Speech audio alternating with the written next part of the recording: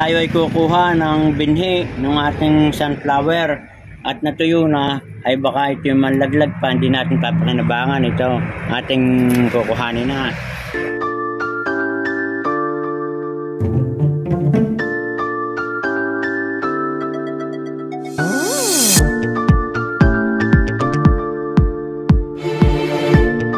Hindi ko agad nakuha ito sa bibig na.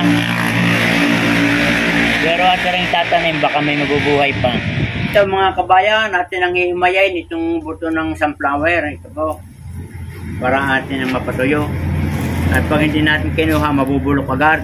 Pag umulan pa, oh. Oh, meron na mga marami, oh.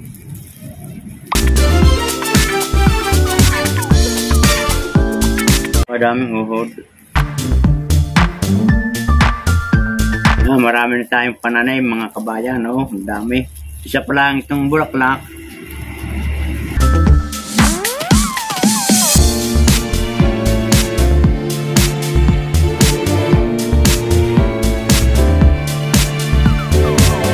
Atin naman tatahipan sa bilao itong ating buto para malinis yung mga iba-iba pang mga dahon na sumama sa buto.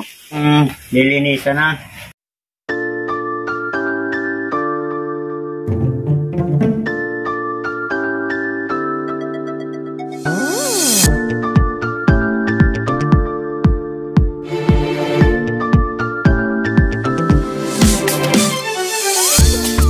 Ito mga kabayan, nalinisan na natin mga dumi ng kanyang mga bulaklak. Ang ngayon gagawin natin ay ating ibibilad ng mga 2 oras sa araw para maalis pa yung ibang mga buto na walang laman at tumawang, at saka natin itatago, at pagka gusto nating magtanim ulit, di ating itatanim.